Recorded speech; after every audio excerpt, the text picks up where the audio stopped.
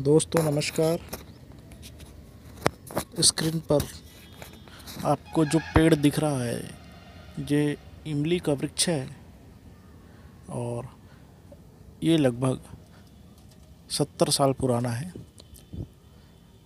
ऐसे ही वृक्ष की आपको तलाश करनी है जिसमें आप प्रेतनी साधना कर पाएंगे।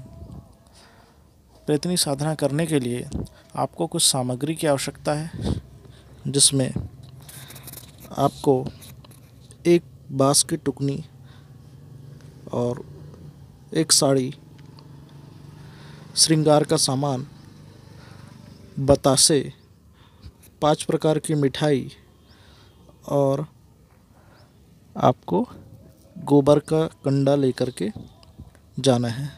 साथ में लौंग, जायफल भी रखने हैं। साथ आप सभी सामग्री को एक टुकनी जो बांस की है उसमें डाल करके पैक कर दें और इस पेड़ के ऊपर एक ऐसी जगह देखें जहां आप इसे छुपाए तो उसे कोई देख ना पाए। वैसे तो आपको एकांत में ही ये पेड़ देखना है, इसलिए कोई देखने का सवाल ही नहीं उठता। और दोस्तों, ऐसे पुराने पेड़ पर ही ये साधना करनी है, ये बात ध्यान में रख लें। आप कृष्ण पक्ष की 14 अर्थात अमावस्या से एक दिन पहले यहाँ जाना है और वो सोमवार होना चाहिए। कृष्ण पक्ष की 14 को जब सोमवार पड़ेगा तब आप ये साधना कर पाएंगे।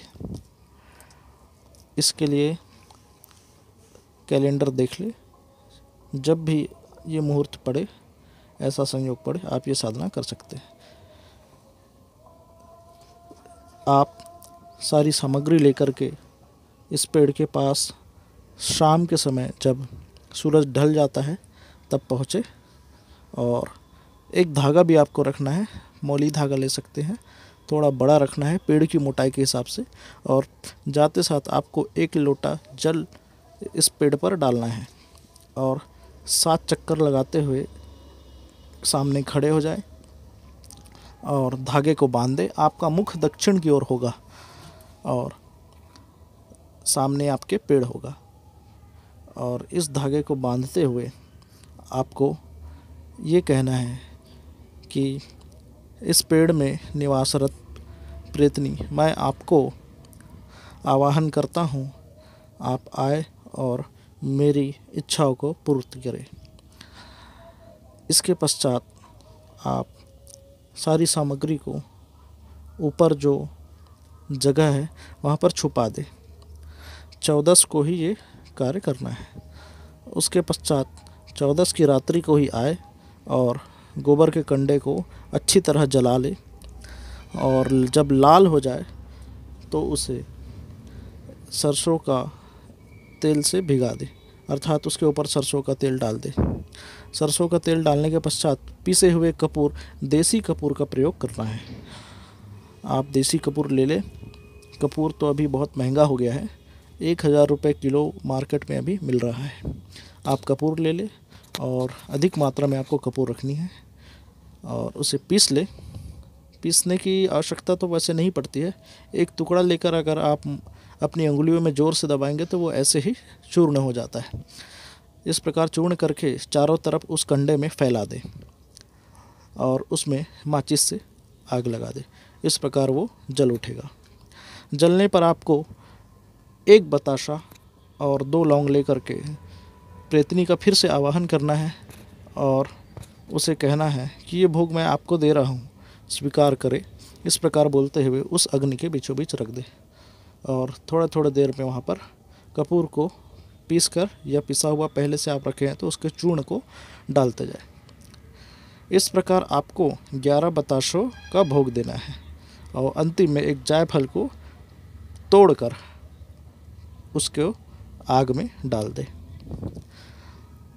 इस प्रकार भोग देने के पश्चात आपको शराब, जो कच्ची शराब होती है, मऊहे की बनती है, इसको आपको अपने हाथ में लेकर के शराब को उस अग्नि में धीरे से डालना है और कपूर भी थोड़े थोड़े देर में डालते रहे। कपूर उल्टे हाथ से भी डाल सकते हैं, कोई दिक्कत नहीं है। और इस प्रकार प्रेतनी को भोग ग्रहण करने के बार बार कहते रहे। जैसे ही प्रेतनी भोग को ग्रहण करेगी वैसे ही आपको एक अजीब सा एहसास होगा कि आसपास कोई है, कोई चल रहा है, या अग्नि अपने आप लपटे इधर से उधर होनी चालू हो जाएगी और आपको ऐसा प्रतीत होगा कि किसी की आवाज़ आ रही है या कोई हंस रहा है, या हो सकता है रोने की आवाज़ आए, या ऐसी भी आवाज़ आ सकती है जैसे कई सारे कुत्ते, बिल्ली और अनेक प्रकार के जानवर एक साथ चिल्ला रहे हो। ऐसी भी आवाज़ें आपको आ सकती है। आपके सामने फ़िलहाल कुछ दिखेगा नहीं, ये 14 की रात्रि को ऐसा ही होगा।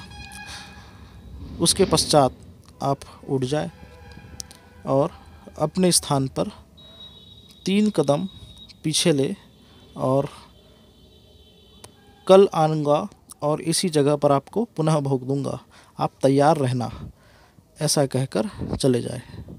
समय बताना है, रात को 12 बजे अमावस्या को आऊँगा। ऐसा करते हुए आप पीछे मुड़े और वापस घर को चले जाएं। इसमें ध्यान ये रखना है कि कोई भी आपकी सामग्री को देखे ना, छुए ना और वहाँ पर कोई संकट पैदा ना कर दे। इसलिए एकदम एकांत स्थान का ही चयन करें। अगले दिन अमावस्या को पुनः आप 11:45 बजे पहुँच जाए और शांत मन से बैठे रहे और ध्यान लगाने का अभ्यास करें। जैसे ही 12 बजे आप फिर से अग्नि प्रज्वलित कर वहाँ पर भोग देना चालू करें। आपको इस बार 11 नींबू काट कर उस अग्नि में डालने हैं एक एक करके, और एक नारियल का भेला डालना है, शराब डालनी है, और आज शराब एक मिट्टी के बर्तन में अलग से रखनी है। कच्ची शराब का ही प्रयोग करेंगे। थोड़ी देर में आप देखेंगे कि अग्नि की लपटों में कुछ आपको दिखाई दे रहा है। ऐसा होने पर आप तुरंत एक शर्त रखें, यदि आप इस कार्य को कर सकते हैं तो मुझे अपना भोग जो आपको पसंद हो वो आप बताएं। इस प्रकार से कहना चाहिए, तो आपको जवाब आएगा। और यदि आपको सुनाई नहीं दे रहा है, कुछ चीज़ दिख रही है, तो आप कहे कि मुझे सुनाई नहीं दे रहा है, आप कृपया इस भाषा में मुझे लिख कर दिखाएं। तो अग्नि में आपको लिखा हुआ दिखेगा, अथवा आपके सामने कुछ रोशनी जैसी एक स्क्रीन जैसा दिखेगा अग्नि में ही, और उस पर आपको लिखे हुए शब्द दिखाई देंगे। दोस्तों, जिनकी आध्यात्मिक ऊर्जा बहुत निम्न स्तर की होती है वो इस साधना में शायद एक बार में सफल ना हो पाए, 2 बार में भी ना हो, तीसरी बार में तो सफलता मिल ही जाएगी, क्योंकि अभ्यास हो जाएगा। अभ्यास होने से उन्हें अनुभव होगा कि कहाँ पर गलती हो रही है। और जिनकी साधनात्मक ऊर्जा अच्छी है उन्हें पहली बार में ही सफलता मिल जाएगी। दोस्तों, इस प्रयोग से आप उससे कोई भी काम जो सही हो वो करवाएं। गलत काम करवाने पर आपको उसका खामियाजा भुगतना पड़ेगा। आज नहीं तो कल उसको आपको जो फल है भोगना पड़ेगा।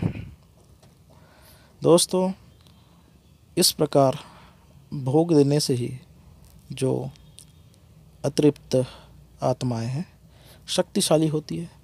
कुछ मित्रों ने पूछा था प्रेत को शक्तिशाली करने का उपाय बताइए, तो इस प्रकार से अग्नि प्रज्वलित कर उनको आवाहन कर भोग दिया जाता है। भोग देने से उनकी शक्ति बढ़ती है। तो ये था दोस्तों, भोग के द्वारा शक्तियों से कार्य कैसे लिया जाता है। धन्यवाद।